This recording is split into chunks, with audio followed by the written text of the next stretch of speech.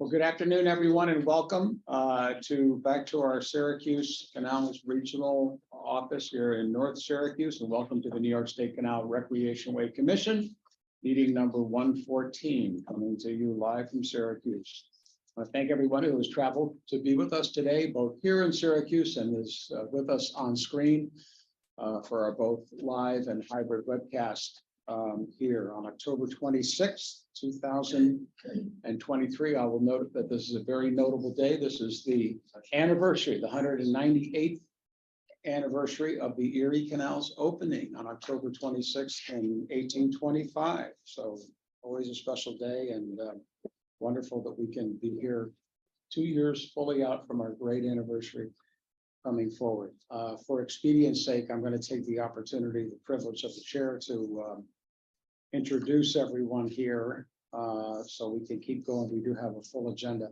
My name is Brian Stratton. I am the director of the Canal Corporation and the acting chair on behalf of Chairman Homel for the Canal Recreationway Commission. We are joined by our CRC commissioners, agency representatives, some of them anyway, regional planning executives, and our colleagues and staff members, both here in Syracuse and in Albany.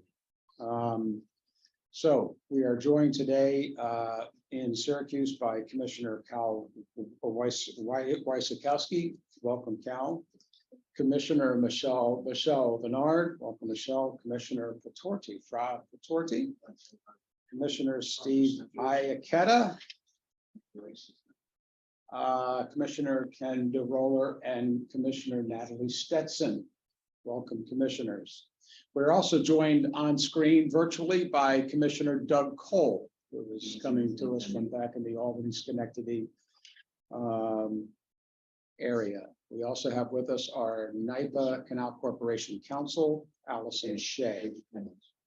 I'm told also that with us from our agencies, we have from the New York State Department of Parks, David Brooks and Fred Bond. So David and Fred, welcome. And also from Department of State, Paul Byer.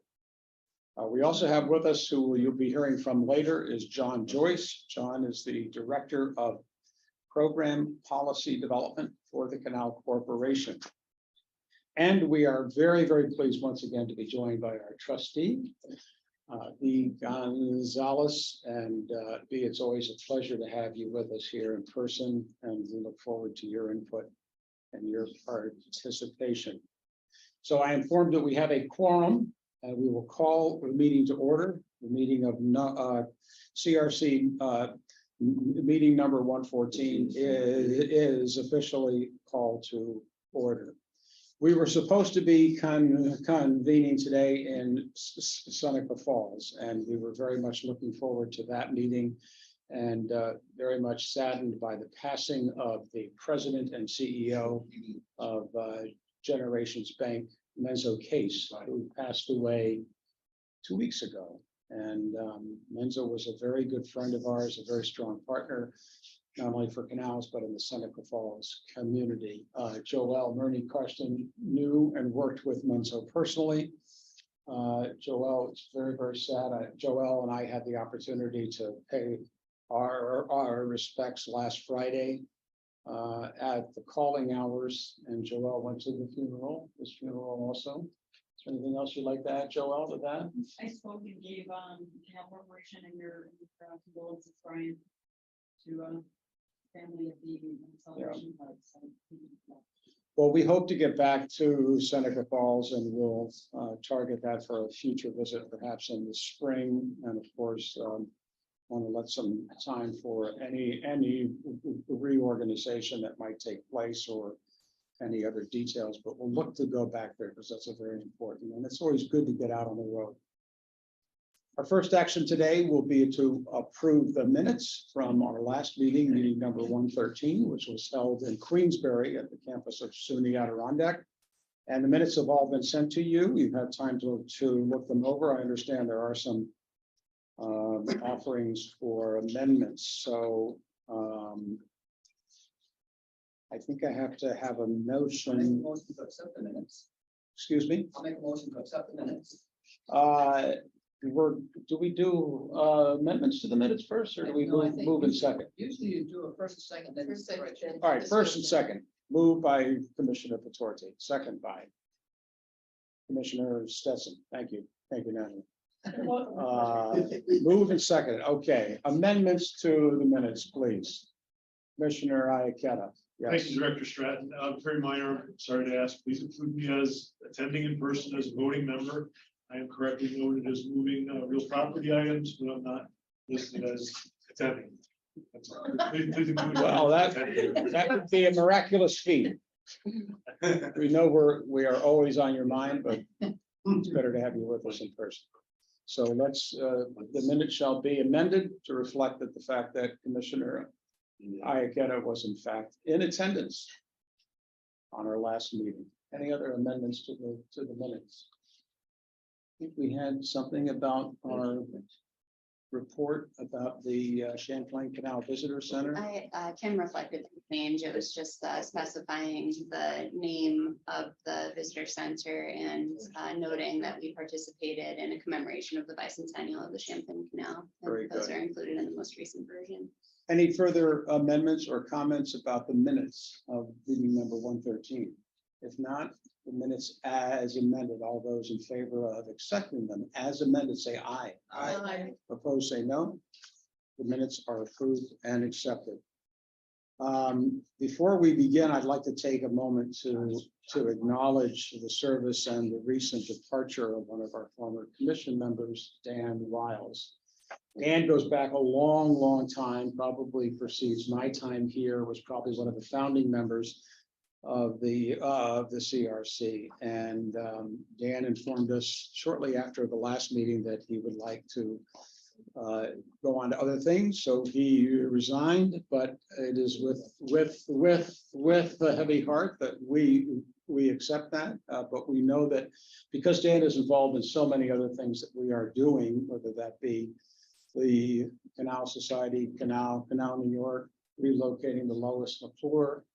We know that we're going to be seeing Dan many, many times again. So I, for one, would just like to thank Dan for his service, his passion, for his family's commitment to the canal, which goes back a long, long time. And if anyone else would like to make a comment before we move on, I'm sure those will be reflected in the minutes. It Yes. was truly a high honor to serve with Captain Dan of the Mid Lakes Navigation Company, graduate of Alfred, on the dock. He knew the canals better than most anyone there. Deserves accolades for his state service.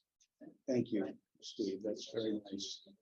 Anyone else? Okay, thank you very much.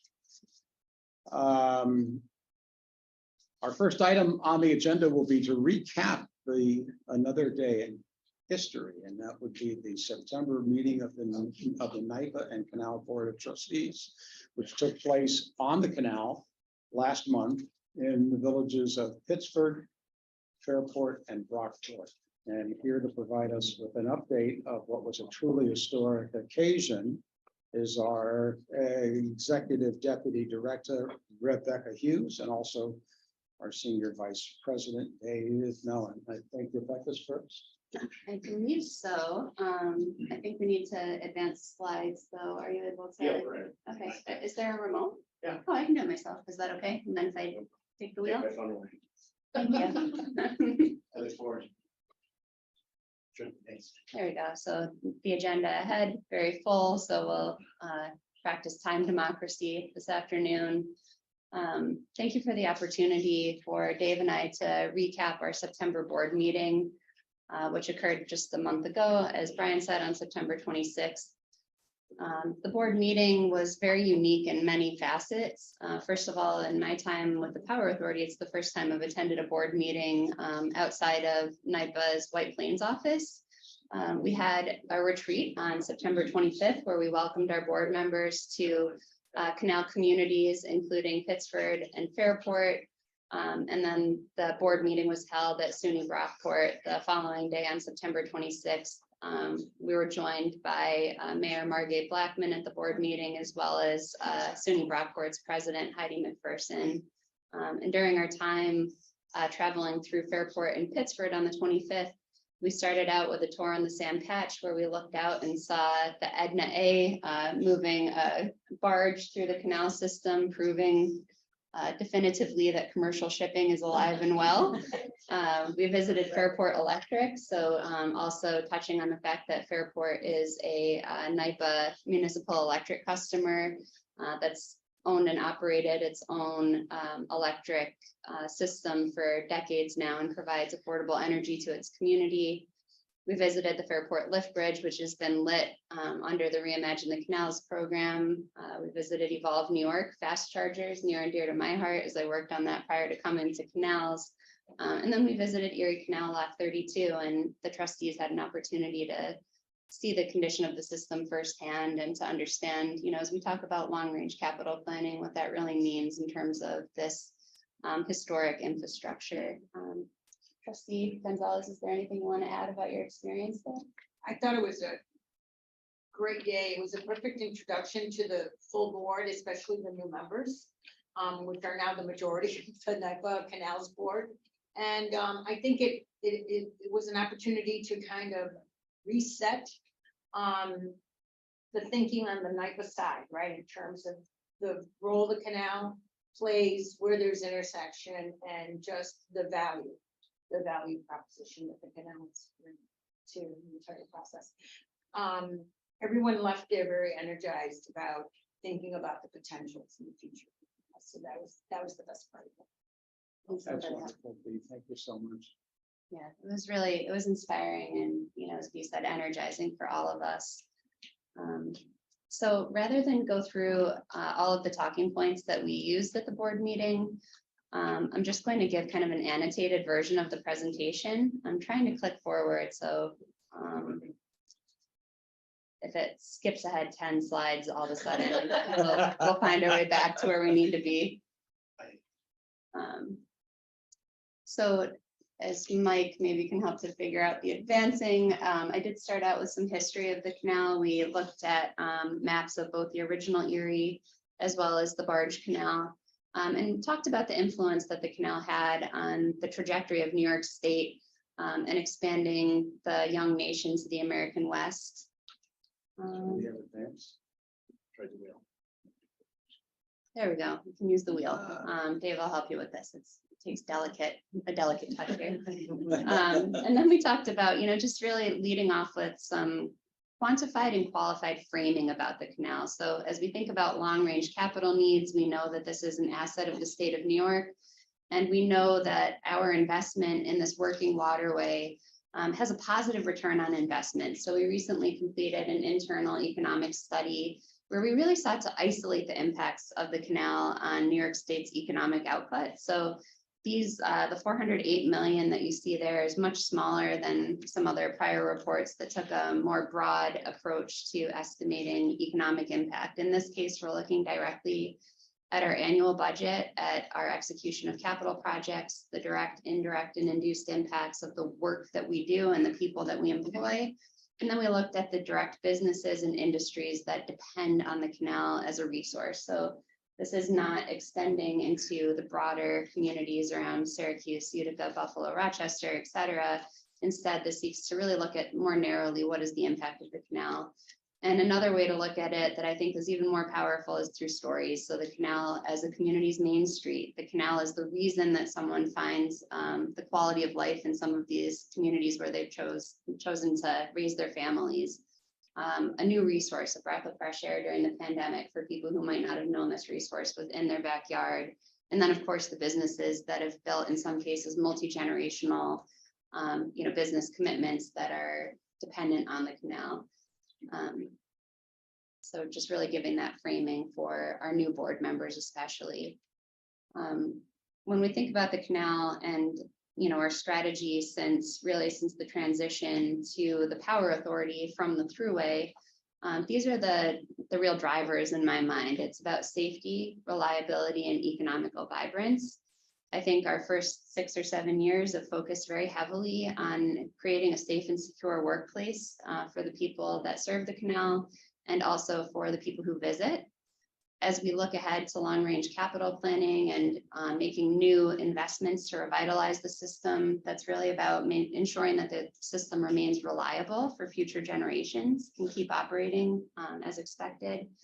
And then around reimagine, making sure that the canal system can really multiply the effects of the economic impacts that we're influencing currently. So how can our reimagine investments ensure additional economic vitality across the state? And with that, I'll turn it over to Dave to talk about operations, and then I'll come back when we talk about reimagine. Would you like me to advance for you, or do you want to? Okay, good afternoon, everyone. So first of all, concur on the recent board meeting. It was a great event, lots of good conversation, not only at the meeting, but off sides as well. So really good to see those conversations happening. So I spoke for about 20 minutes at the meeting. I've got about 4 slides here. I'll go through a condensed version of that right now. I think, overarching theme operationally has to do with recognition that the system, is well over 100 years old. Some of the assets are 200 years old, but most are 100+ years old. So it's a very big system. It's an old system. Needs are only going to increase. There's definitely a focus on prioritization, utilizing the resources that we have in the most, responsible manner, and safety and reliability are a big part of our prioritization scheme. And so I think, across the board, inside the house, so to speak, that we really have that at the top of mind. So I talked a little bit about the past navigation season. I mentioned, the vessel traffic was down a little bit. The biggest drop seemed to be on the Oswego and the far west Erie Canal. The reasons, less sure on that. We had some storms, still recovering economically from COVID. So a little bit less traffic this year. On the maintenance end of things, we made some progress in a few areas. Glens Falls Feeder Canal had a big construction project there to repair a really deteriorated section of that feeder canal. We once again ran lower depths in the western Erie on the 60 and 17-mile pools. Had a very robust inspection program surrounding that. The concern there is seepage in those pools. We've got approaching 300 seeps on the 60-mile pool. And we have a team of 20+ folks who are bank walkers, and they are visiting each and every seep daily throughout the season. And by lowering that water just a little, the number of wet seeps reduces dramatically. So we're managing that situation, but embankments that are leaking. Dredging program in full swing. I mentioned the totality of the dredging program at the board meeting, about 250,000 yards of dredging material annually. It's a lot of material, and it's getting more and more difficult to keep up with climate change. More intense storms, more frequency of storms, more deposition of material into the canal itself. And just the challenges there are absolutely increasing. And then on the labor side of things, the summer, we try to bring in a little over 200 summer seasonal employees, and we struggled this season. We were probably 80 to 100 short. Lots of effort on the recruiting end. For one reason or another, folks not showing up. So we covered the season with a lot of overtime. The troops are tired, but we got through it. Now we're looking ahead to winter one. Title consolidation is underway. That's an effort to break down some walls, open up possibilities in terms of work assignments for employees, broaden their work experience, and actually provide opportunity for career progression for employees. Next slide, please. So the inspection program. This is right at the heart of what I mentioned in terms of safety and reliability. So this is a program that's very robust. It's mostly performed by consultant engineering firms, 8 of them in particular, under the direction of our engineering staff. And they are doing, this year they'll do more than 850 inspections a year. And we've got, I think I mentioned this in previous meetings, 2,600 some assets that comprise the system. We do these inspections, we basically grade these assets, and we use that to inform our annual capital program as well as emerging workforce. So that program is in full swing, it's working very well. And there's a lot of technology that is being injected into the program. And the technology, you see the picture of the drone there. We have a fleet of 10 drones, and we've got 5 operators. And we perform a lot of our embankment inspections and other inspections with these drones. The drones are more than just eyes, they're equipped with all kinds of technology, including thermal imaging capabilities, so we can detect leaks a lot more sophisticated way with the drones. We can get to places a lot more efficiently and safely than we can on foot. So we're utilizing drones quite a bit these days for our inspection. Next slide, please. So this winter, the season has ended. We are in a state of transition at this point. We are mobilizing to these various work sites for the winter work, and we're mobilizing material and equipment. Before we get too far into the work, though, we know that the rate of safety incidents in the winter is approximately twice what it is in the summer. And it's due to a few things. One is the nature of the work. It's a lot more intense, heavy highway type work, but also, the climate and conditions that our folks are working in. So we definitely have a safety focus at the beginning. We'll maintain it throughout. There'll be more safety walkdowns at job sites, more tailgate safety meetings, more oversight generally in the attempt to keep this in the right spot. This year we've got 10 pump out locations planned across the state. I think 4 of the 10 are continuing. E10 is a continuation, E17 is a continuation, E32 is a continuation, and lot 34 and 35 is a continuation. So 10 pump outs planned for the season. While the pump outs are occurring, every single lot has staff at it throughout the winter, and they are doing, we'll call it lighter maintenance. So it could be some disassembly of some motors, stuff like that, some minor electrical work, some painting, upkeep. So all the locks have light activity going on as well throughout the winter. And in terms of other work, there's a lot of other work beyond the pump outs and the lock. Our dredging program has been full swing in the winter. We do more mechanical dredging in the winter. The hydraulic jet dredging isn't possible because the pumps will freeze. We're emptying out UDSs this winter. We're doing some tunnel flow installation in the Royalton area. So lots of projects, mostly construction type projects happening off season as well across the state. So a very busy winter work period ahead of us here. UDS is an upland disposal site. So when we do the dredging, like you see in that upper right picture, that material has to go somewhere. So we have about 30 active UDSs across the state right now. In totality, there's about 200 UDSs across the state, but many of them haven't been used in decades. So the 30 that we use are generally located next to the areas of highest dredging needs. Okay, so very busy winter ahead of us. Next slide, please. And so this at the board meeting was, me characterizing, our fleet and how we are slowly but surely modernizing our fleet. And the modernization of the fleet, generally equates to higher productivity and a safer operation. So, for example, here, you see a dredging operation here, and that the materials being, grabbed from the bottom of the canal and put onto a hopper scow.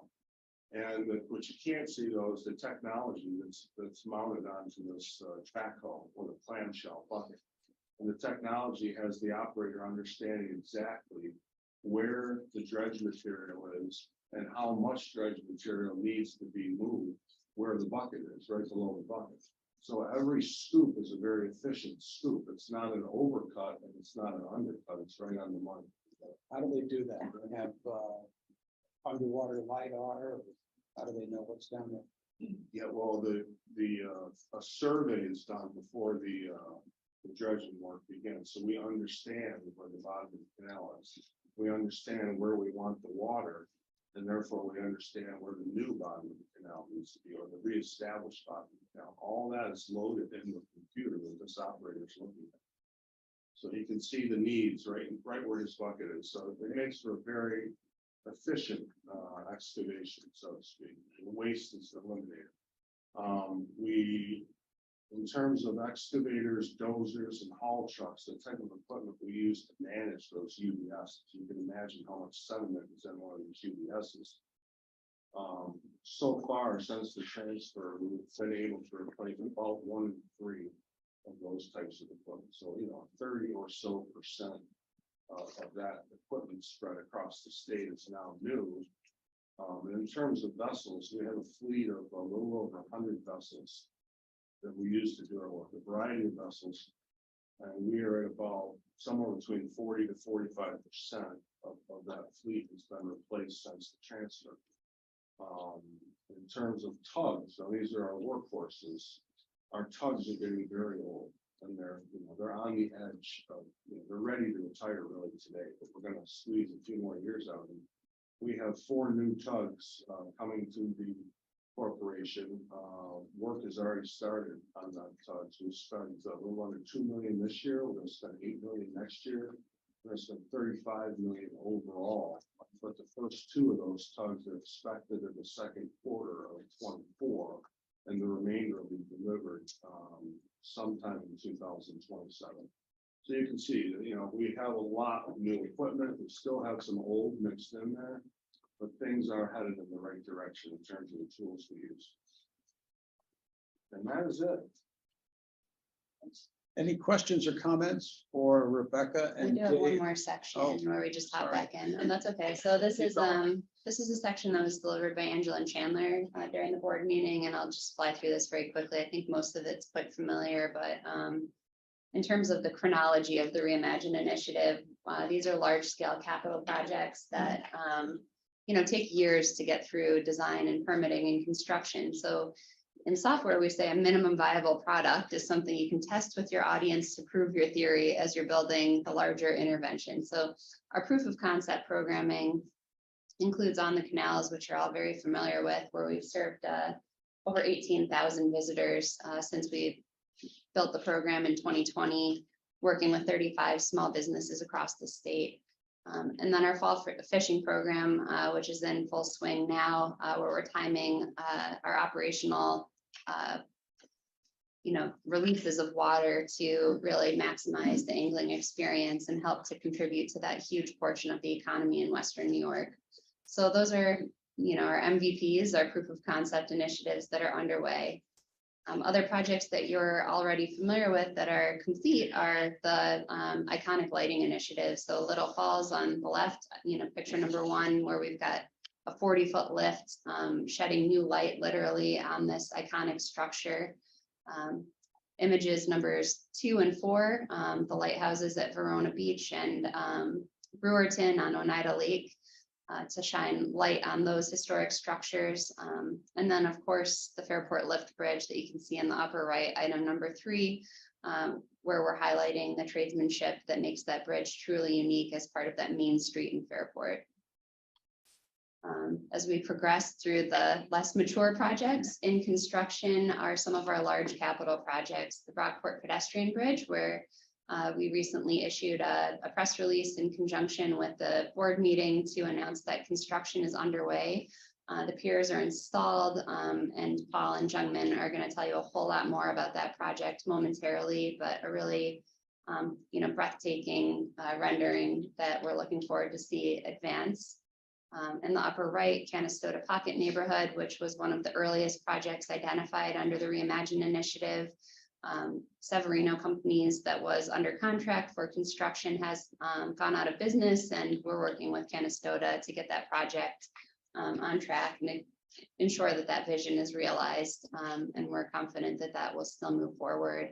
And then lastly, Guy Park Manor in the bottom right, maybe we can have Joanna Pacheco come in with an update on that at a future meeting, but of course the restoration and lifting by 3.5 feet of that historic manor house, with the restoration well underway, with all of the surprises you might anticipate in a historic manor house that's been shuttered since 2011. And then the 5-acre surrounding parcel, which becomes in the end state, an environmental resiliency park with berm structures that also, in addition to being part of the aesthetic, add to resilience features of the park, creating a new green space for the community. And then other interventions that are well underway, wetlands enhancements that are happening in partnership with DEC in the Montezuma Wildlife Refuge, ice blinking along the Mohawk River, trail rehabilitations, very extensive in Utica and Rochester. We've begun to experiment with pollinator plantings in Western New York. We know that those shallow fibrous root systems are great for erosion control, and we also recognize the habitat benefits that they provide. So another area that we're piloting. We're advancing a water monitoring system for real-time situational awareness about water levels and operational insights across the canal system. That's a technical intervention that's underway. And then lastly, our boating app, which we're piloting presently as a communication tool for boaters to communicate ahead for a locking, but long-term will serve as a tool to help us collect tolls along the canal and serve other functions in a more modern way that people expect when they're navigating a transportation system. And with that, we can pause for any additional questions that there might be from the group. Any questions so far before we move into Brockport pedestrian bridge? Thank you, Rebecca. and Kate. Yeah. Okay, I'll see you. Good. As Rebecca said, we have many projects moving forward on the Reimagine Canals front, and we're going to tell you about one of our first major capital projects, which is underway, and that is the Brockport pedestrian bridge, a fabulous project which we had the chance to look at briefly during our trustees meeting, and we hope to be back with the trustees next spring when we actually bring in the steel. And here to provide a full update are two members of our Reimagine Canals team, Paul Galesta, Capital Planning Manager, and Jungmin Hao, Senior Project Engineer. Paul and Jungmin, welcome. Who's first? Right. Paul. Okay. Ready? Just let me know when you want me to advance. Just give me the eyeball and I'll. Do the slide. Okay. All right. Good afternoon, everybody. Thank you for your opportunity for us to present the Brockport pedestrian bridge to. I'm the project manager, program manager, rather, with Reimagine Canals. We'll be presenting along with my colleague, Jungmin Hao, who's with NIPA and is the project manager for the event here. We've been working together for almost 3 years on this project to get to this point. Next slide, please. Thank you. In 2017, the New York State Canal System was transferred to NIPA ownership. That year, NIPA launched the Reimagine Canals competition to identify strategies for the revitalization of the canal. Following the competition, a task force was convened to build on the ideas submitted. The Reimagine the Canals initiative was launched in 2020 with the publication of the task force report and an announcement in the governor's State of the State address. The Brockport pedestrian bridge is one of the 5 projects announced in the task force report. Next slide, please. At its heart, the goals and priorities of the Reimagine the Canals initiative are economic development, number 1, and number 2, climate resilience. Our investment criteria ensures that each project first addresses an infrastructure need for Canal Corporation, and then delivers on those additional drivers that advance local economies and future resilience. The Reimagine the Canal team delivers these projects in close coordination with Canals and NIPA counterparts. The upper photograph shows the NIPA Board of Trustees attending the meeting last September in the village of Brockport. In attendance was the mayor of the village of Brockport and the president of SUNY Brockport, who from day one have been consistently providing their unwavering support for the project. Absolutely needed and absolutely appreciated. In the lower photograph, taken at the construction site, shows Angela Chandler, the Vice President of Planning for the Reimagine Canal Initiative, describing the project to Justin Driscoll, NIPA's President and CEO, and Brian Stratton, a Director of the Canal Corporation. Next slide, please. The Rockport pedestrian bridge is just one of many projects and programs that the Reimagine Canals team is working on across the canal system. Just to highlight a few here, go through 4 projects. In the upper left corner, the fall fishing program, which is underway right now. The project increases the water flow to canal tributaries to extend the season for fishing opportunities and to increase the economic benefit for Western Canal communities. In the upper right-hand corner is the Canastota Pocket Neighborhood, which is a residential development on the Old Erie Canal. This project was the winner of the Reimagine Canals competition in 2017 and is now in development. In the lower left corner, the iconic lighting on the Fairport Lift Bridge, which was completed in 2021. The Board of Trustees visited this bridge last month with Jonathan Driscoll and others attending the trustees meeting in Brockville. And you've seen already, but this great project is lower in the lower right corner, Sky Park Manor, which is located in the city of Amsterdam. This project involves the reconstruction of a historic manor house and the construction of a community park focused on environmental and education, along with resiliency. This time, I'd like to hand over presentation to my colleague. Jonathan Howe. Thank you, Paul. Thanks, Sam. And good afternoon, everyone. My name is Jonathan Howe, and I'm a project manager for Rockport Pedestrian Bridge Project, which is one of the first economic development projects in the Reimagine the Canals portfolio. Slide, please. This is the aerial view of the project location. You can see the Erie Canal running east to west here, and the new pedestrian bridge, which is highlighted in red, is located just west of the guard gate. And to the south, you'll find SUNY Brockport, and to the north, you'll see Empire State Trail and residential area behind it. And to the east, you'll find Smith Street Bridge and the village of Brockport. And what you see in the orange highlighted here is what's being referred to as the Brockport Loop. Before I share some renderings and images, I wanted to start off by sharing some fun facts about the bridge. So first, this is a one-of-a-kind custom designed box girder superstructure with computational geometric underdeck as the architectural and visual focal point. Early on the design phase, we made 2 key decisions, which were 1, the bridge could be freely draining, and 2, we'll be using the replaceable timber decking. And what that meant was that it allowed the bridge to eliminate the heaviest component of a typical pedestrian bridge, which is a concrete deck. And elimination of a concrete deck meant that there would be less steel, thereby smaller foundation, thereby smaller equipment and parts for transportation, all leading into reduction in carbon emission. Additionally, the particular timber that we chose is black locust, which is one of the sustainable hardwood grown domestically and is a fast-growing native species. So it's sometimes nicknamed as the green alternatives to the South American hardwoods.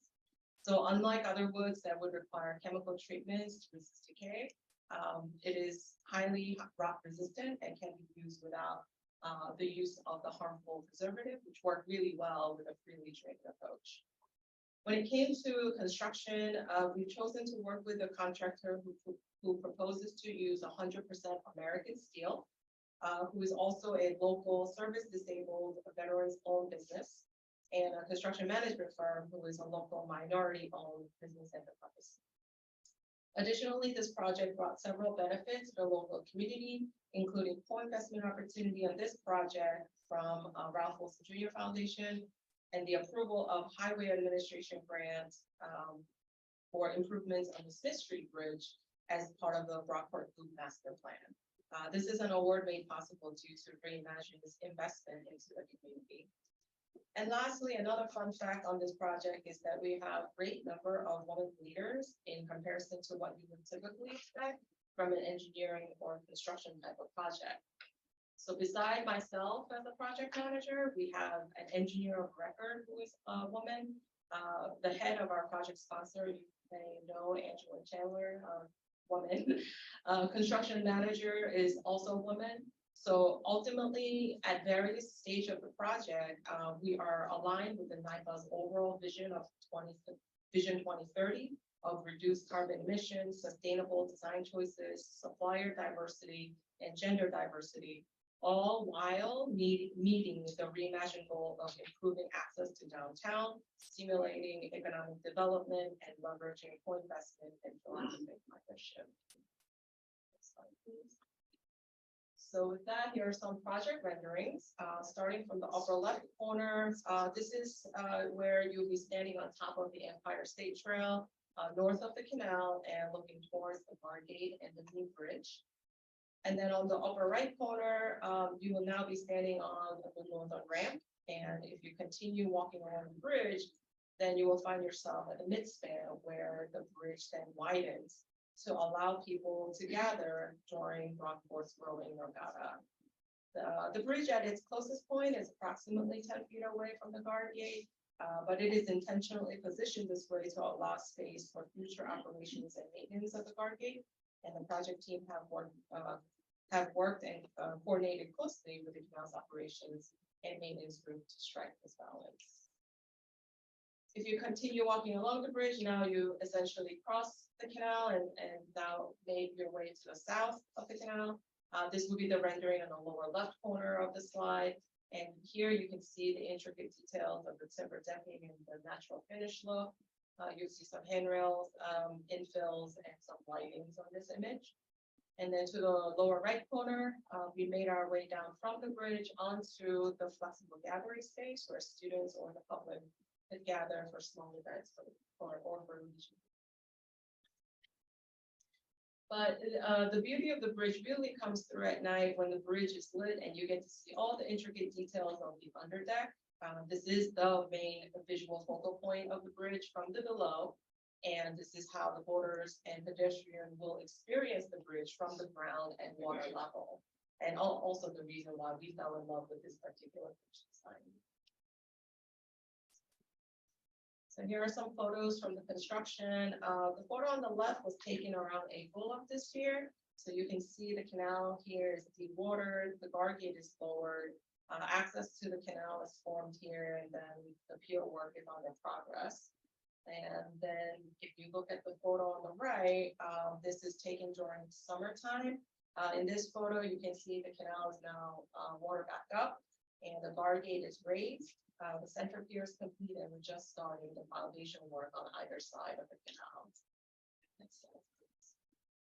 In this photograph on the left, it's a photo of a concrete pavement on one of the pier foundations on site, and the photo on the right is how the site looks now with all the backfilling completed. The project is in steel fabrication stage at the moment, and we expect delivery and erection of the steel bridge sometime in the spring of next year. And the overall completion for the project is targeted for the first quarter of 2025. So with that, thank you very much for this opportunity to present, and Paul and I will stick around if you have any questions.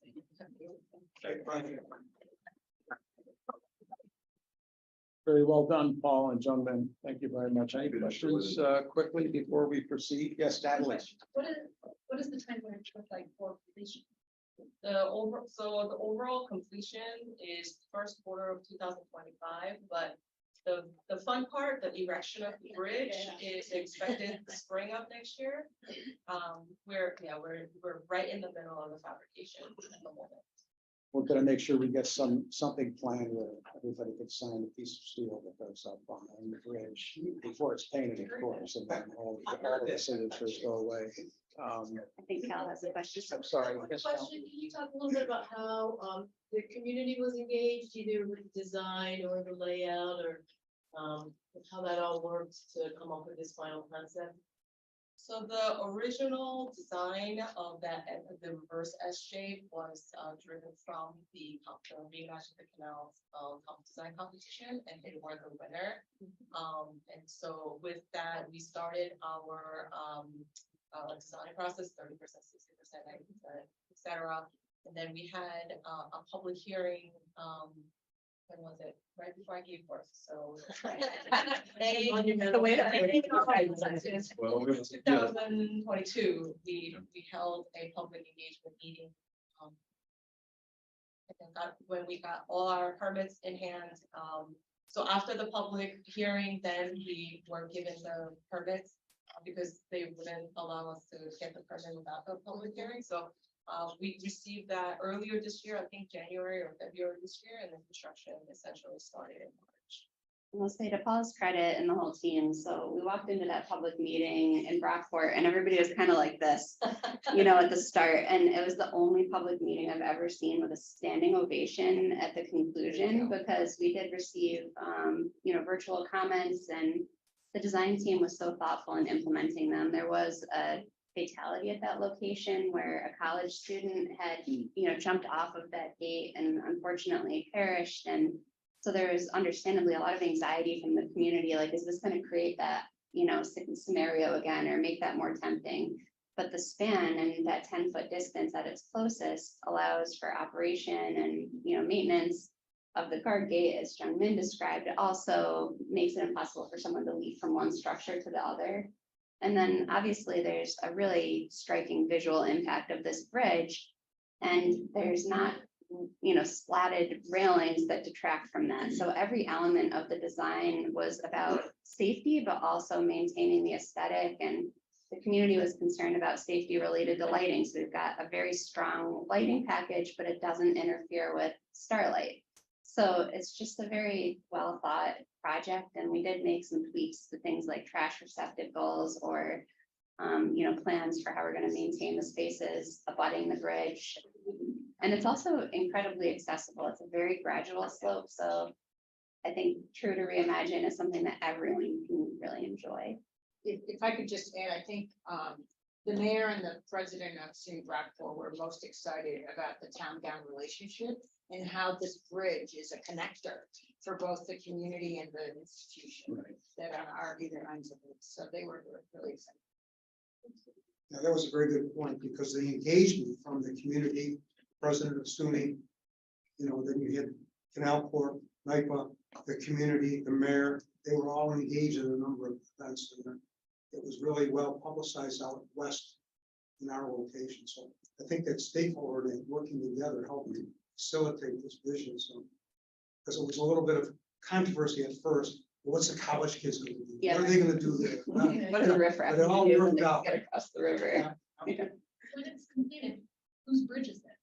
Does it become a canal asset? Well, I'll talk to that a little bit, and I'm glad everybody's hovering on this, because the university or college and the town and the village are fantastic from day one. Maintenance agreement, everybody at Canal said, oh my God, well, it's gonna take 9 months, 18 months, everybody's gonna fight, throw apples and tomatoes at you. And within 3 months, working with Canals, the village, and SUNY, we had an agreement. Everybody came to the table, there was no stress, and there was a lot of love. So it was good. So Canals briefly will take care of everything that's over the canal. And then SUNY maintenance will take most of it, actually, even the lighting, electricity, and the day-to-day maintenance on it. And the village DPW gentleman's like, oh, what can I do? Let me out, right? So it was just lovely. I didn't get to say too much about it, but you're hovering on a really critical point. So But to answer your question, who owns it, it will be Canal's asset at the end. But we have a maintenance agreement, as you mentioned. Yeah. So Excellent. we hope. There's someone to empty those trash receptacles. Yes, yep. Everybody fights for trash receptacles, right? They're important. Totally. Thank you. Thank you. Excellent job. Thank you, Paul and Jung Min.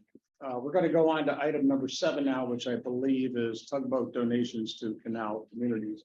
As Dave spoke, we are briefed in our last segment, we are actively replacing a lot of our capital plant and our floating plant too.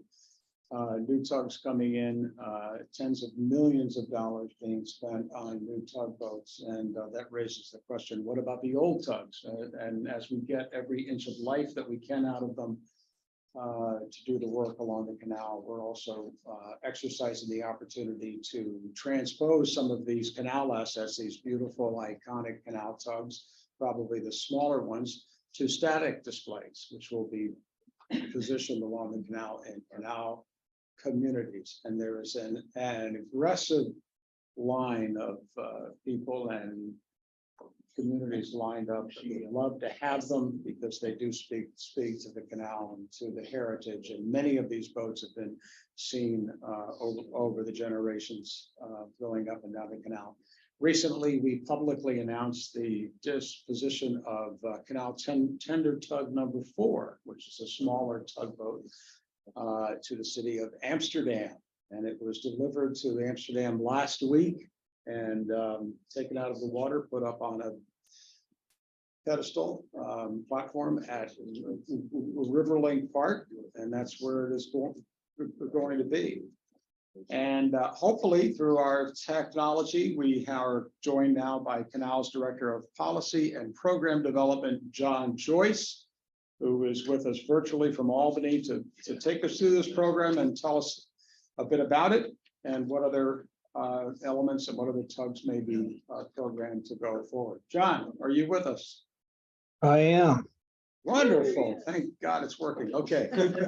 And you can just say next whenever you'd like me to advance your slides, Yeah. John.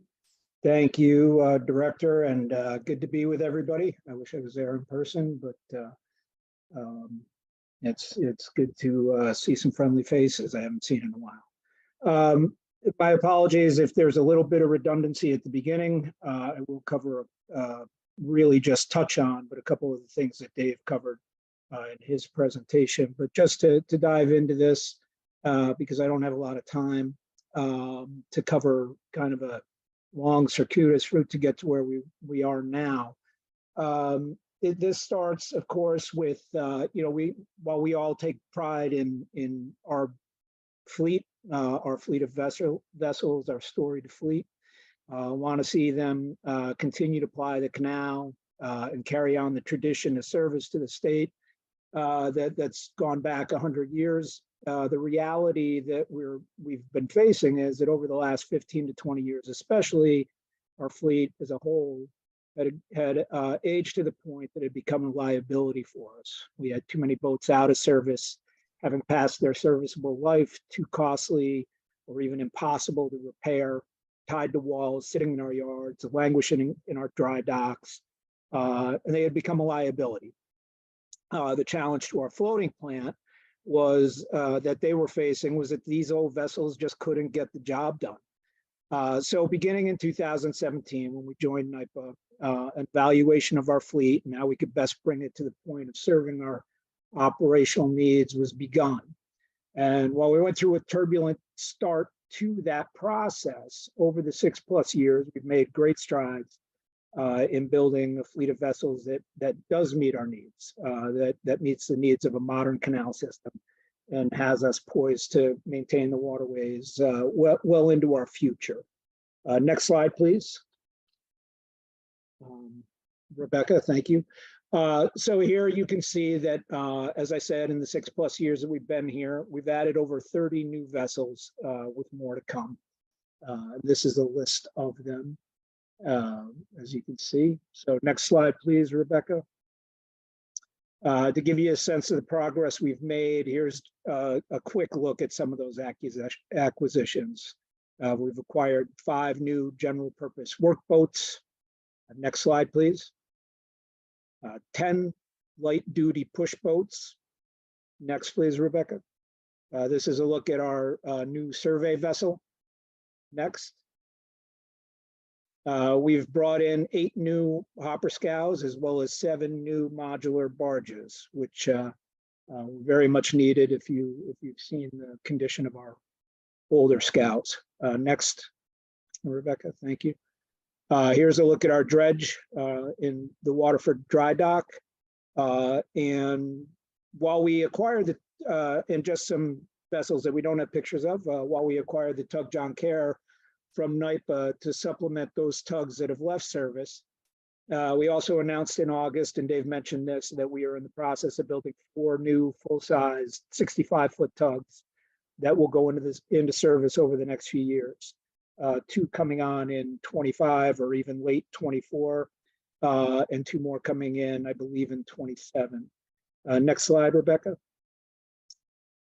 So the other side, the kind of the consequence of fleet modernization is the disposition of our old unneeded vessels. And really, this is the challenge. This is the real challenge that we face, much more so than bringing in new vessels. Because while so many of our vessels have aged out of their service life, many still hold value.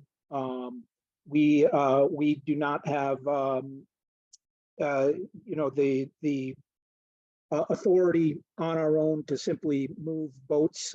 We work with the State Historic Preservation Office on the disposition of every one of our old vessels, and I do mean everyone.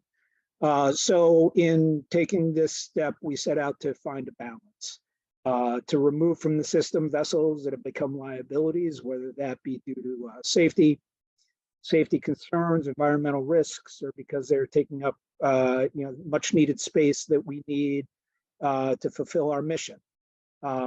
To work with our partners to make sure we do this right, and to partner with canal communities to turn this challenge into something good, into something that will benefit them, that will draw visitors to the canal, that will create kind of a thread, or to borrow kind of I know a maybe overused term at this time, a trail of our old iconic historic vessels that will run along the whole system. So next slide, please, Rebecca. Just to provide some scale, some idea of what we're looking at. This is a list of our vessels that are over 50 years old. Most of these are actually probably closer in age to 100. So with that, of course, their serviceable life is coming to a close, but this also means that every one of these boats needs to go through review by the State Historic Preservation Office. So again, for each one of these boats, no matter what our decision is going to be, we will be partnering with SHPO on that. So next slide, Rebecca, please. So here are the options that are available to us. As we've gone through this process, we've kind of narrowed it down. So finding new homes or purposes for the vessels that can remain in service at some level, this has proven to be next to impossible. Our vessels need to be certified by the Coast Guard. Many of these can't be. We still look into this option, but we have a real tough time. We're having a tough time finding where this might actually work. It's not off the table, but it's certainly not one that we're looking at that much anymore. Finding new homes for vessels as static attractions in communities. That's what we're talking about now, and that really is the most viable option that we have right now. Finding new homes for vessels in museums and cultural institutions. That is an option, but because of public authorities law, it is a little bit of a challenge as well. If we are doing things government to government, we have much more freedom, even than if we were working with not-for-profits or cultural institutions. So another option, but not one that is at the top of the list. Auctioning our vessels has proven to be another real challenge that we'll touch on in a minute. And then scrapping. And unfortunately, there are some vessels that just have no viable next life. And that because of the risks that they pose, environmental especially, but also safety, we will probably have to scrap. Even when it comes to these, we'll do our due diligence, and we will be working with SHPO on these. We won't take any actions without them concurring that we really have left no stone unturned and have tried everything we can to find another option. So kind of putting these options into practice. Rebecca, next slide, please. This is our first success, and it was in moving a vessel to a cultural institution, a museum. The boat that you see here on your right is a lifeboat that was on the Tug Cleveland for years. it wasn't original to the Cleveland. And with some research, it was determined that this was probably a lifeboat that was made for fireboats employed by the New York Fire Department.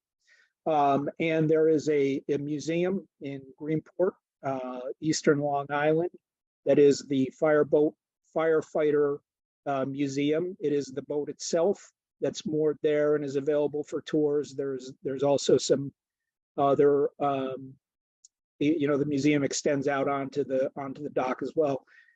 They were missing a lifeboat.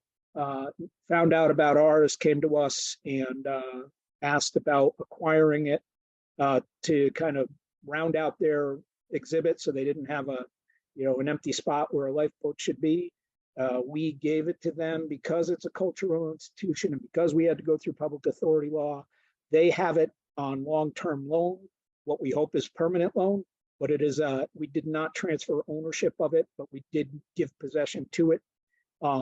They give credit to us for it being there, and it's part of an exhibit again down in Long Island, recognizing the service of fireboats to the New York Fire Department.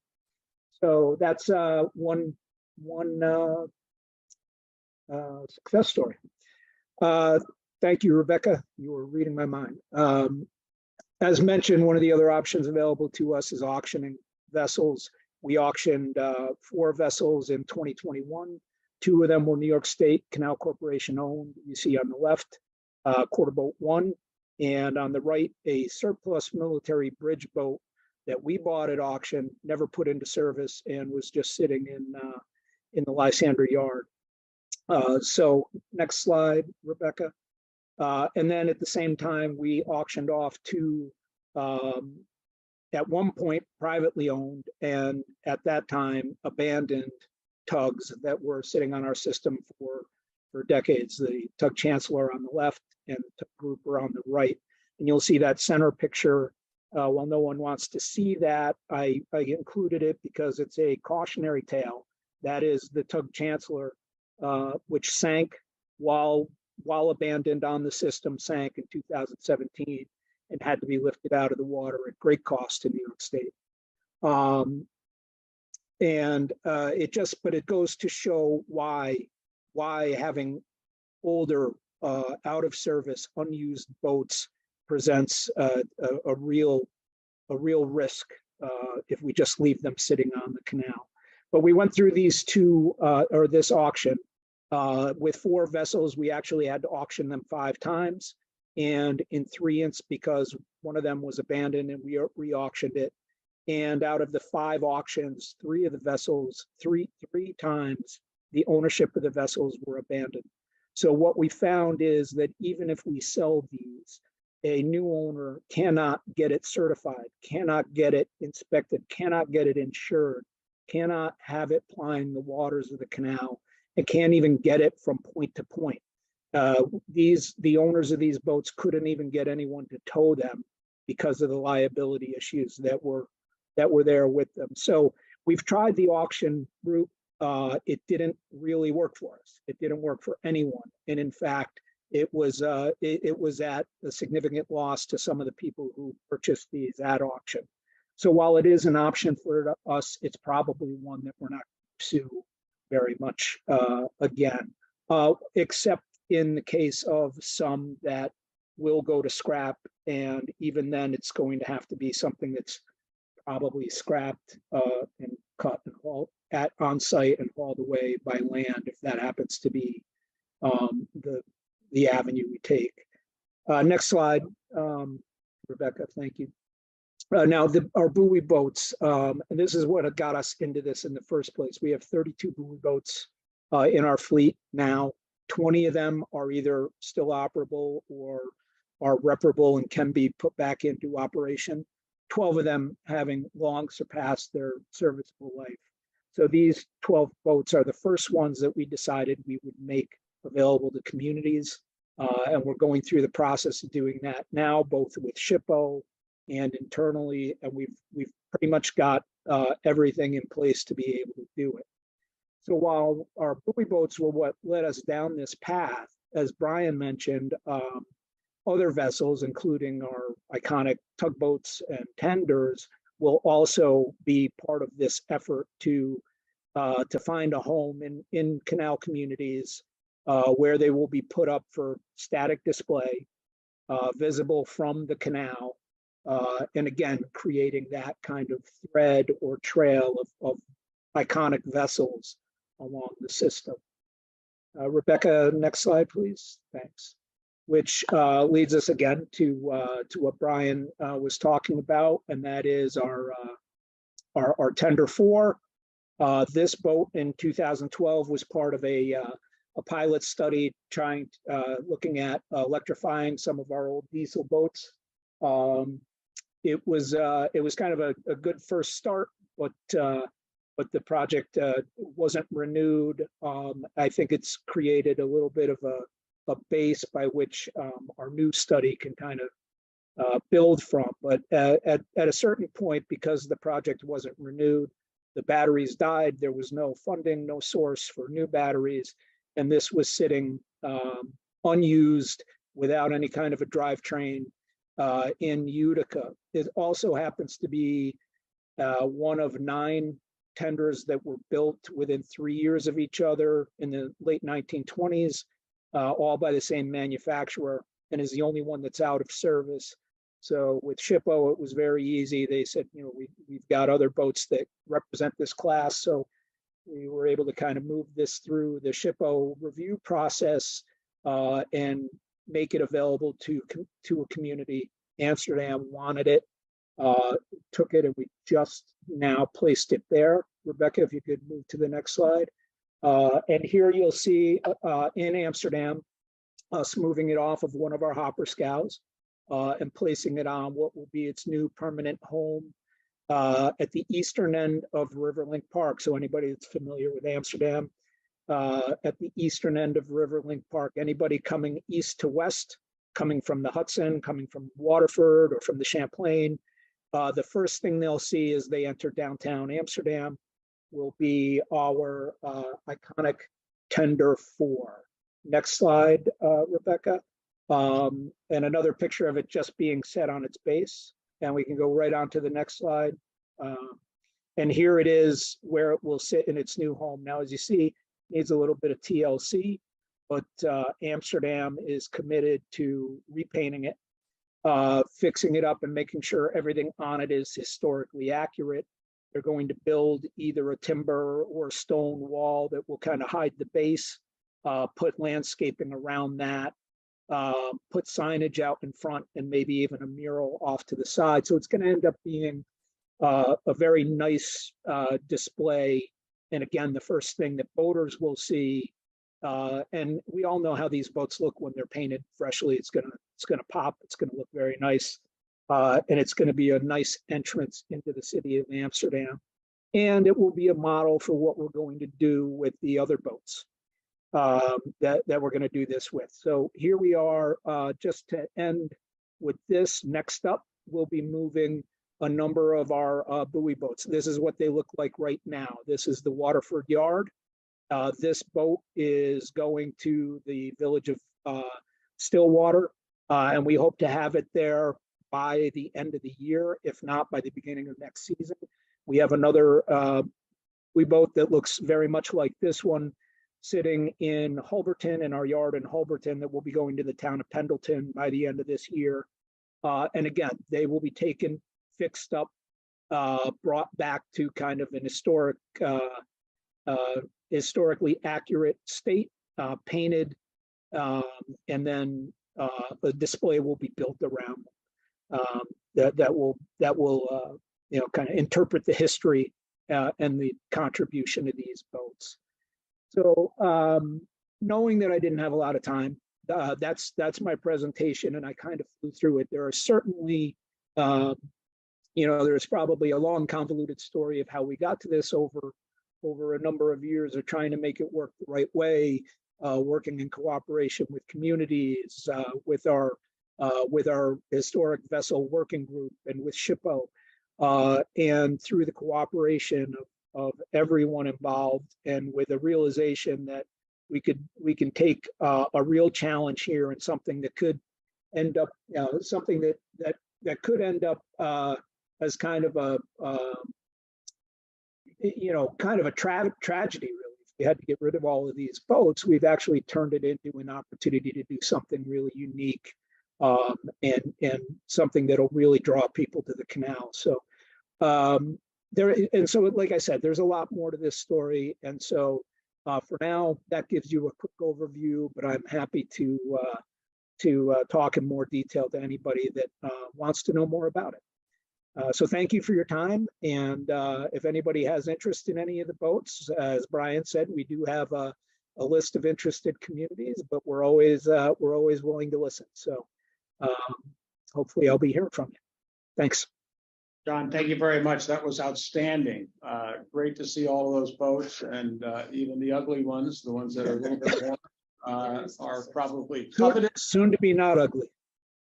Everybody wants one. So that last rusty one can be someone soon, I'm sure. For those of you who may not know, our own former Deputy John Callahan, Captain Callahan, got his start on the canal as a captain of a tender tug, not tender tug 4, which would probably be sacrilegious to give that one away, but a tug just like that. So, any questions for John before we let him go? We're running short on time. Wonderful, John. Thank you so much. Keep those. Thanks for your time, everybody. Okay. Thank you, John.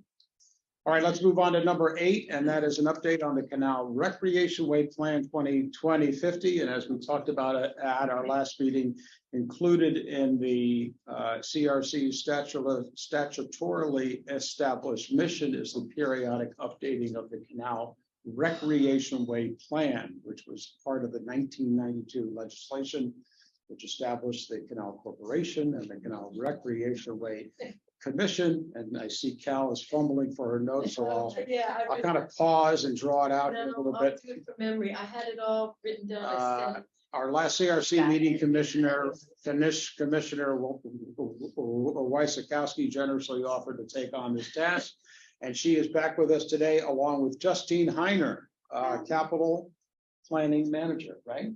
Elmer, yep. Hi, Elmer. Sorry, Justine. No problem. Thank you. Cal, Commissioner Wysikowski, take it away. Thank you very much. This will be brief but exciting nonetheless. Since we last met and the announcement was made about the Canal's 2050 plan, we did form a small subcommittee or committee to help with this work. Michelle Bernard, plus we've got Steve Iacetta, who said yes, and Natalie Stetson and myself, small but mighty group. We were hoping to meet in September, but that didn't happen. But the good news is we did put together, with the help of Justine and Paul, an RFP for a consultant that was issued following NYPA's procurement policies, I believe, and that went out. And we got some responses, and a team reviewed the responses to the RFP. Staff's done a great job negotiating that process as well. And there's some finalists, and I believe you're in discussion with some of those folks as we speak. Steve and I did get a chance to take a look at the RFP, and Steve's this is your background, and you have some great comments and feedback, and it's moving forward. I couldn't be happier because we've been working together. It's been participatory, and it feels right. It's time. Hopefully, we'll get the committee together. We can take a look at some stuff soon, but we're moving forward in very short time. I think that in August, and here it is the end of October. This proposal's in hand. So that's my report. I don't know if you want to say anything else, Justine, or Paul? Sure. Yeah, thanks, Cal. And thanks everyone. I'm sorry I wasn't able to be there in person today. parent-teacher conferences. But as Cal said, we're in the process of selecting a consultant to help us with this. And I thought I would just give a very brief overview of what it is. So the vision plan that we are getting a consultant to help us with is a process, but it will also result in a document and a set of recommendations that we can act on to guide us in decision-making for the next 25 years as the canal system continues to transform into a vital recreation way. We are building very much on the two prior CRC plans, the 1995 plan and the 2015 one, which was never finalized, but really set up a lot of building blocks that we've now achieved. The last couple of decades of great work have been getting the system to where we are today. And thanks to that visioning, the trail is now fully part of the canal system. Reimagine the Canals, as you've heard about, has been able to jumpstart the economic development side of what we do and be transformative in the places where our projects are happening, like in Brockport. And also through the process of doing that work and in close coordination with canal operations and listening to stakeholders as we've done these projects, we've learned so much about how much care our infrastructure needs and what communities need. So between that knowledge and the increasingly dramatic external changes we're seeing, like climate change and new migration patterns and some new industry possibilities in our region, we know that we need to be informed as we look ahead and be proactive and not just reactive to change. So this visioning plan will not be a master plan. It's a visioning plan similar to the prior reports. It will be grounded in community engagement, but we aren't going to attempt to engage with every single possible canal user. It's just too big a system, as you all know. But we'll be working really closely with the consultants and with stakeholders like you to make sure that we're getting a really representative mix of communities and users across the system. This time we want to really make an effort to bring people to the table that may not have had access to us or to the canal system in the past. The theme of the 2025 commemoration of the canal is more voices, and we want to make sure that that's the attitude we're taking with this process. As Cal mentioned, we're in the process of evaluating proposals, and we think that we'll have something ready to go in the beginning of 2024. So you'll be hearing a lot more from us in 2024 and probably even leading up to it to make sure we have as much background material and information as we can to get the consultants off running.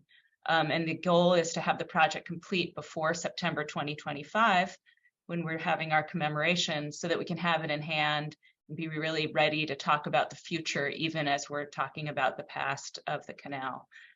We're really trying to look forward to the next century of use and imagine what will be most valuable to users in the future. And as Cal mentioned, Paul and I are leading this. So if you have any questions for either of us, we are ready to answer. Thanks. Great. Cal, anything else you want to add to Justine's comments? Questions? What's the status of scope and fee at this point? I'll refer to the project. I'm sorry, I can't hear the room that Repeat well. the question. Scope Steve. and Thanks, Justine. I just wanted to inquire on the current status of the scope and fee agreement.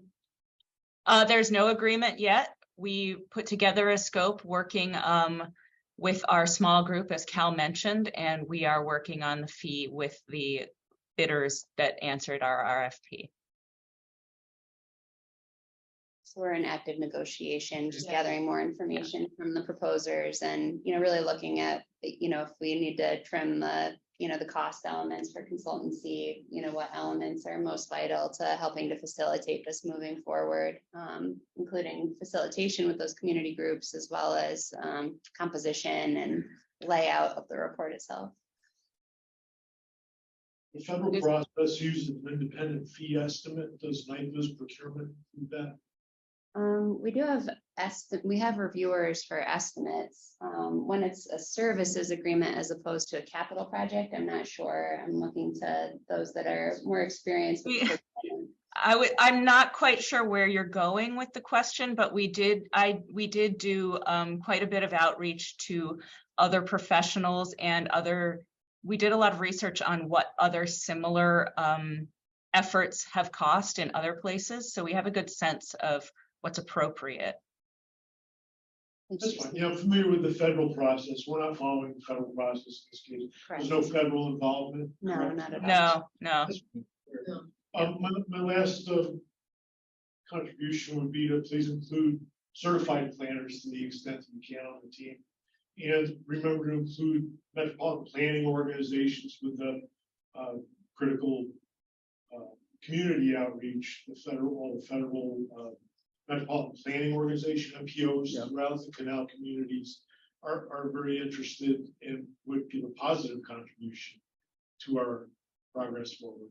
That's all I wanted to add. Thank you. Great, Steve. That's great. And, we would love, this is a great time. This is actually one of the steps we talked about when we met as a team, was that this is the time when we hope that CRC will be gathering people, contacts that or you work with in each of your communities. I think you probably have a pretty good list of people that you work with already, and that would be very helpful going forward with this process. Yes, Yeah. I think all of us do have those networks and they're readily available. And I think people are going to be really interested in the process and the outcome of this effort. We do have, Steve, 3 regional planning organizations that regularly take part in the CRC. I don't think we have any of the representatives with us today, but that would be a first step to make sure that Mark Castiglione and the others are part of that process, and that Cal, you keep the commissioners updated, not just at every meeting, but in between meetings. MPOs are separate from the regional councils.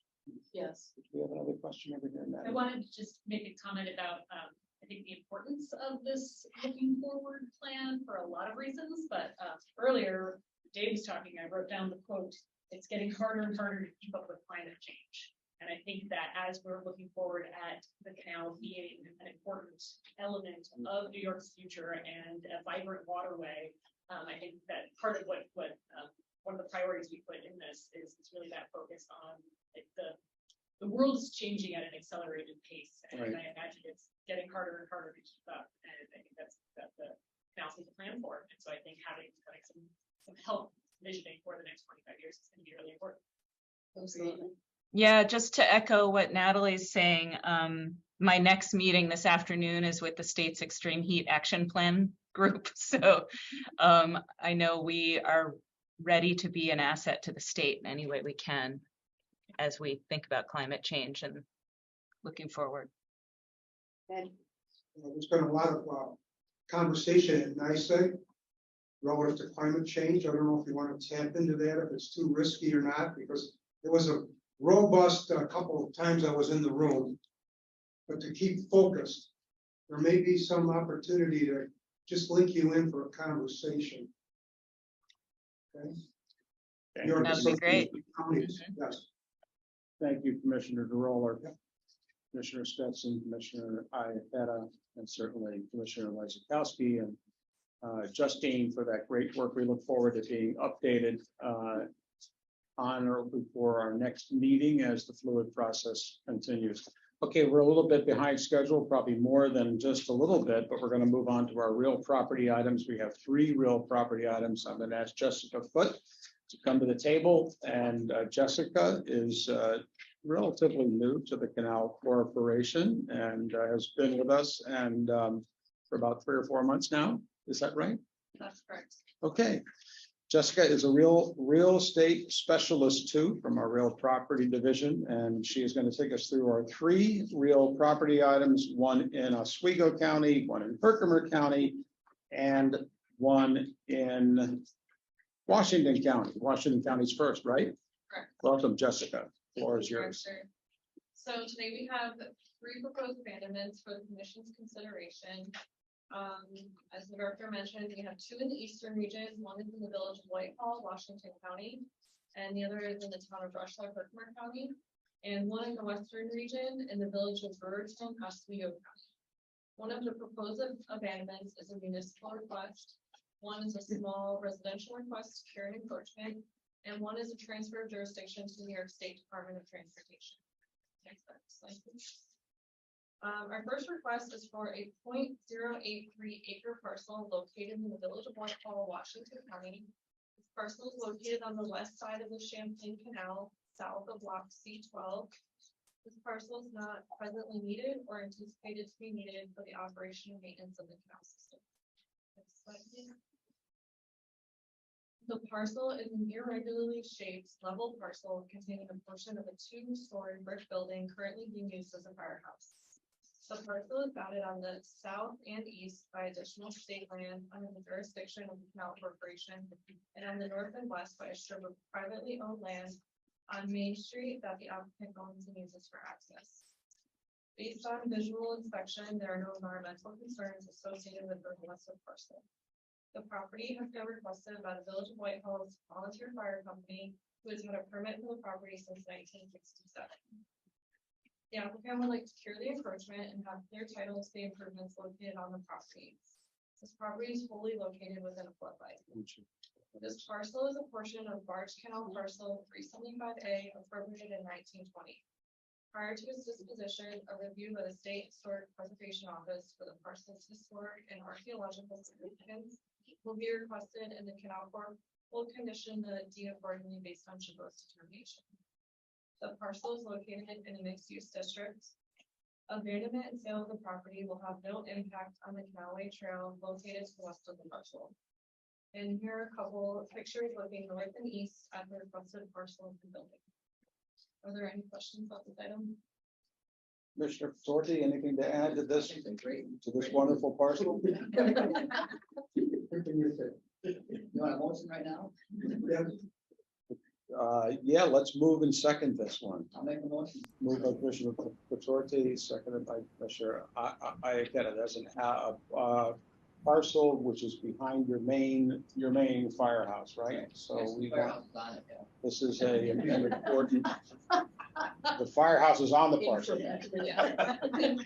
but it's not on fire. At least we don't know. Okay, very good. Go on to the next one, Jessica. Thank you.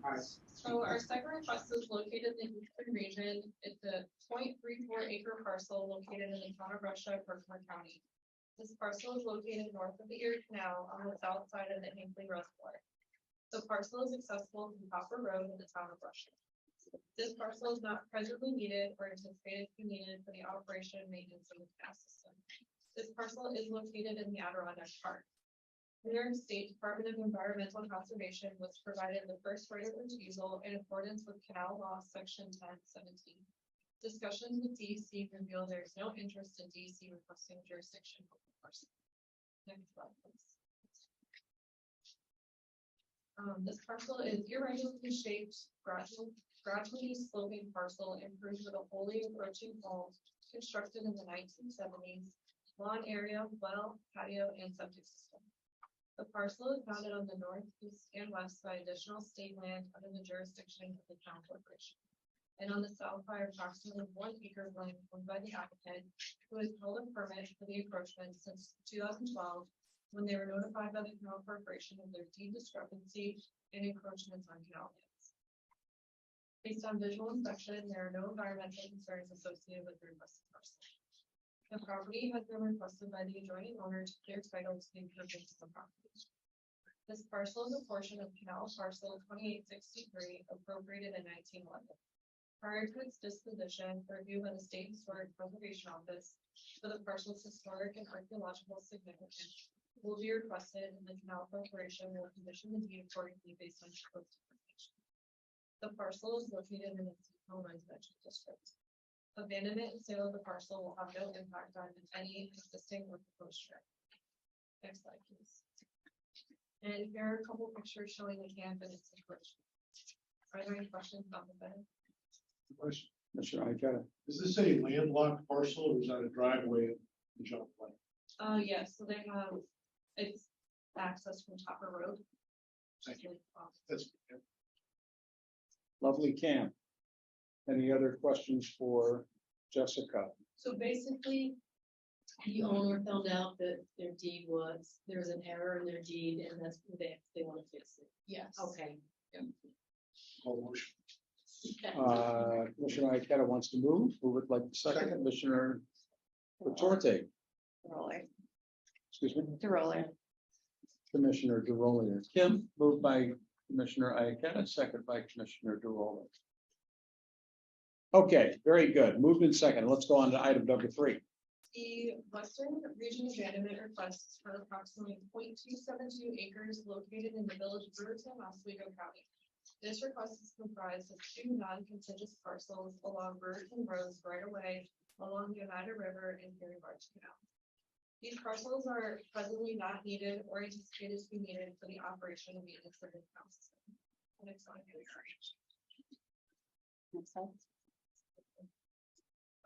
The property proposed to be abandoned and transferred to the New York State Department of Transportation are 2 separate parcels. The northern parcel measures approximately 0.251 acres and the southern parcel is approximately 0.021 acres. The northern parcel is approved in a segment of the Brewerton Road Bridge approach, and the southern parcel is located west of the southern approach to the bridge, just outside the existing private. Based on visual inspection, there are no environmental concerns associated with the requested parcels. The property has been requested by the DOT so it can have jurisdiction over the property necessary to replace the bridge over the Oneida River, Erie Barge Canal, to enter into contracts for the proposed road. The parcels are accessible from Brewerton Road. These parcels are made up of numerous barge canal parcels appropriated during the barge canal improvement in 1908 to 1929. Prior to its disposition, a review or consultation with the State Historic Preservation Office for the parcel's historic and archaeological significance will be undertaken to condition the transfer, if necessary, based on proposed determination. The parcels are located in a mixed-use district. Abandonment and transfer of the property will have no impact on the Canalway Trail. In order to transfer the property to DOT, the property is first abandoned in accordance with the canal law.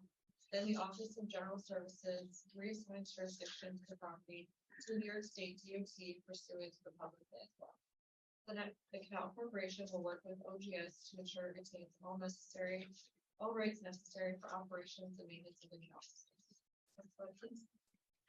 And here are some pictures showing the northern property. And next slide, please. And here are some pictures. Tim, did you have a question on this one? That's the question, just because I'm in Brewerton. So they wanted, so the west side of the. Why don't you back the up to the north side overview of shot, the- Jessica? of Route 11 Bridge where the. There you go. There's a pier there, and so what do they want to do with that property? They're It's gonna a be 4-corner. replacing the bridge. I'm sorry, They're gonna be replacing the bridge. yeah, So they need this property in order to enter into contracts for it. So the good news is that you get a new bridge. yeah. Hopefully it's not They've too only low. been talking about it for 30 years. These things can't be.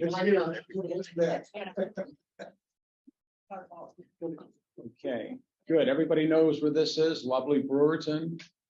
Kim, what's the name of that restaurant that's on the north side there?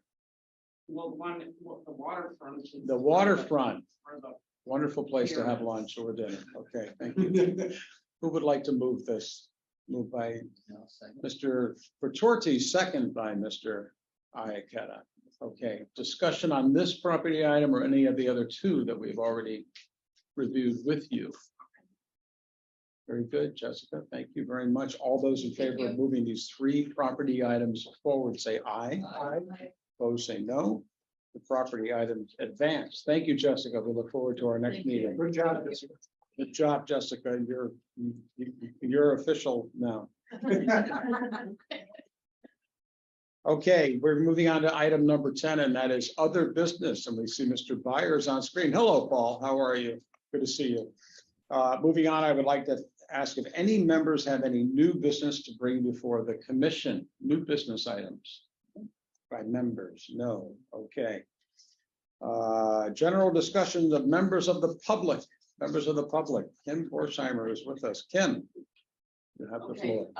it's always interesting for me to come to these meetings because if there's. Introduce yourself. I have noticed over the years that there is a lot of focus on the west side of the canal system, not so much on the Mohawk, the Oswego section. But I kind of represent the boating aspect of the canal system, which I think is not necessarily recognized in full by here. And I was surprised to see, David, in your report that the voting was down 22%, because I know that lot 23. 11%. 11%. 11%, I think 11%, is what he excuse said. me, was off the charts this year, so I'm not sure where the slack was, but the thing of it is that, as I've mentioned before, I think that the canal system should be open 2 weeks longer in the spring and 2 weeks in the fall, which I've said before. And that gets shut down all the time. So I noticed that the lowest floor just went through the canal system. So in my mind, I'm like, well, why couldn't captains have moved boats in that time frame? Because the canal's open, right? So there's no reason why it can't be open. And if it can't be open fully for the week, maybe there can be a compromise of long weekends or some way, shape or form to allow these Great Lake boaters to go through the system. And I also think that on the voters' behalf, that the hours that are on the canal system it's a joke, because you have to like use a checkerboard and say, okay, well, this lot's only open until 5, but this one's open till 10, and can I get there? But it's just stupid. It should be more uniform in its hours. And I think that there's sometimes a lot of decision making that is being made that affects the canal operations without any input from the people who are, like myself, who are servicing those boaters that are using the canal system to go from point A to point B. And most of the transient boaters that we see are unable to go west to experience many of the projects that you're putting together because of height restrictions. So while all those are very nice, many of the out-of-state boaters will never see that because they can't get through the bridge clearances, which that's just the way it goes. But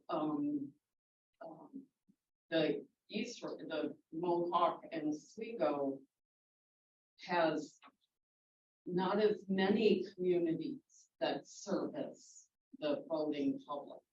They don't have as many. They don't have as many developments, I guess you would say, as the western portion.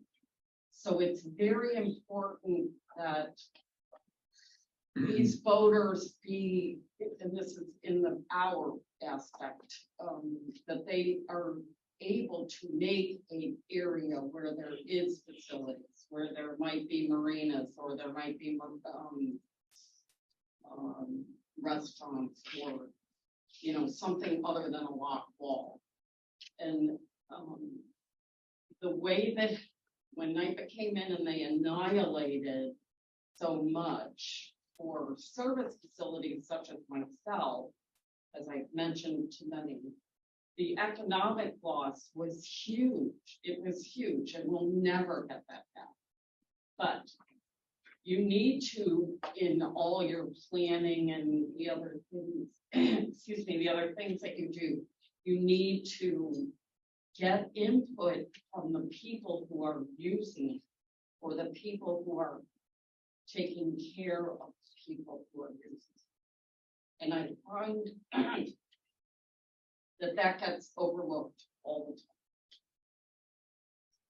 time. And let me just address one of the issues that you raised, and that is sort of a patchwork of lock hours that we have across the system. And I think Dave mentioned in his comments that we had between 80 and 100 unfilled seasonal positions system-wide during the season at locks where we couldn't stay open later because we simply did not I'm not have saying, the staffing. right, I get that, but I'm not saying till 10 o'clock at night. There's No, but I many mean, that some of are them open closed later at than 5 when they could have been open until 7. Mhm. So that was the case, I think, along the Oswego Canal and maybe some other canals. We can only do so much overtime. People only want to work so many hours. So you can imagine being 80 to 100 positions short, that it's going to sacrifice the amount of service that we're going to be able to provide. And my guess is that may have impacted traffic numbers too, particularly in those. Well, I in think those- also when in those the areas. system broke 2 days after opening, there were many people in the That's right. Albany area that diverted their trip. They Right. didn't bother coming Right. because, they're already waiting, then they start, and then they have to stop for another 3 weeks. And, I've also mentioned that if you were open earlier in the season, even like I said, even if it was a compromised time frame, even if it was, like a Thursday to Monday or something like that, it would allow you to test some of these things so that you're not facing shutting this. I mean, it happened in Little Falls 2 years ago and this year in Phoenix. But I mean, you're backing traffic. It's already waiting. So it just backs it all the way back further. And if you open earlier, it's a test. If something fails, it can be addressed. You know what I mean? And I think that in October, there's absolutely no reason why. If you can allow a boat to go through as late as it did this year, there's no reason why there can't be some kind of compromise moving forward. I think I hear two things where, thank you for that perspective, and it is heard. And I hear two things that we can take forward immediately for discussion. One around the captain vessels that are being moved, ultimately to the Great Lakes, whether those might be, able to access commercial navigation permits. It's something we've talked about and have never closed the loop on.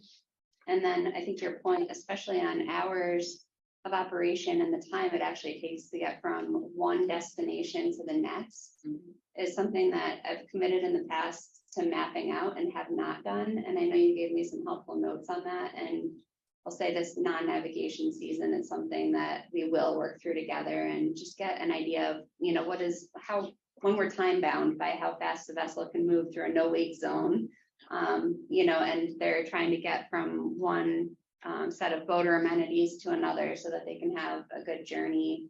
That's analysis that we really do need to do. And, I think with limited staffing, can we staff so that we can make that, maximize the boater experience with the limited staff that we have? So I mean, think it's that's a great a little point. ridiculous. For me in Brewerton to Oswego takes by boat 5.5, 6 hours. So the way those hours work on the Oswego, if I have a boat that wants to leave my dock at noon or 1 o'clock, which would put them up there at 6, they can't. The very last block stays open until 10, I know. but the I 2 know. before No, I it understand. close at 5. They can. So it's like you have 6 blocks between me and Oswego. So the first 3 stay open until 10, the next 2 close at 5, and the last one stays open until 10. There's absolutely no rhyme or reason Right. to that. And that gets At back all. to the point that I was making, that Yeah. if we had staffing, we may be able to Well, synchronize those. and to optimize though within that. So even if we take the reality of trouble with recruiting, can we, within the resources we have, make the hours more logical to accommodate voters? And I think that's a really reasonable request to look at. Because now it's not lit. Right. So there's the kind of thing the voting app will help with as well, is just having more information about who's where and where they're gonna be. Yeah, data plus use equals value is the saying from old software development days, but yeah, I mean, I'm thinking through this and hungering for more granular data, and with the voting app, eventually you'll have a unique identifier where you'll know, you know, with GIS coding, where a voter starts, where a voter dwells, where a voter ends up. So I think that insight will be good, but I think we can plot that out, you know, even on a more rudimentary way with just what's the speed limit between lots and what can you get to and what can't you get to. And I think that's a really reasonable starting place to look at, you know, can we optimize, can we test, you know, can we test and pilot some initiatives to see if the voter experience is improved. So, and I also would like to look more closely at voter data over the course of the season and see, you know, in those shoulder seasons, you know, how many voters are, I'd like to really break it out by time periods throughout the season so that we can just confer on that. You know, if we draw the lines with the data, if you help us color those in with the voter experience, so we I mean, can I commit think to part of doing that. the CRC is supposed to have some kind of representation for voters, correct? So I guess that's why. Yeah, and we do have several vacancies too. So, you know, I think if you've got suggestions for representatives and members, that's something we can advance with the Senate, the Assembly, the Governor's Office, and we want that perspective. And I'll also just note quickly that Reimagine the Canals is working with Erie Canal National Heritage Corridor to assess voter amenities and where there are gaps. So we are thinking about that voter perspective, you know, seeing where pump out services might be a gap or electric, you know, access. So, you know, we'll look to for feedback on that as well. So But I it is think important A lot to of us. that is being, excuse me, but I think a lot of that is being done by people who are sitting in offices who have absolutely no clue the practical implication. Let's plan further ahead and I'll get on a boat this year too, because I know my schedule didn't allow this year, even though you recently found someone to accommodate my motion sick self. So we'll make it happen this year and I'll get that first. All right, we need to move along because we're behind, but Kim, thank you very much for your comments. They are part of the record. Please scan the people you know or think of who might be candidates for the CRC. That would be wonderful. Do we have any other comments from members of the general public having moved on? On screen here in the room. We do not have a date yet scheduled for our first quarter of 2024, but it'll most likely be a primarily virtual meeting. We want to avoid traveling during the winter weather months if we can. So stay tuned for that, January or February coming up. But Kim will inform you, and we'll get our next round of meetings scheduled for 2024. We should do all 4 quarters at the same time. Yeah, we've been following a similar pattern, just with kind of replicating dates Right. for Thursdays across the year. So we can certainly do that if Thursdays. members are amenable to it. Thursdays with Maury, is that Tuesdays? Kim Morapella, thank you very much for organizing everything today. Give her a hand. And Mike Tambasco for Mike Tambasco for your counterparts in White wonderful Plains as well. technical support, and Glenn too, and everybody in White Plains. Trustee Gonzalez, any final comments for the good and the No, welfare? I'm like Kim. I hurt my knee and I never made it to the marina except once. So Wow. I didn't get out on the water this summer at all. Well, you have to make up for it next year. I couldn't get on my boat. Take out the trustees. And I'm crawling. All right, we have some folks that need to get on the road and in the air and get back home, especially our nightly guest here. Thank you for coming. Jesse, Angela, thank you. Joelle. All right, with that, we'll look for a motion to adjourn, moved by Commissioner Patorgi. He's very anxious. Commissioner, I gotta say second. All those in favor, say aye. Aye. Those say no. We are adjourned. Thank you very much.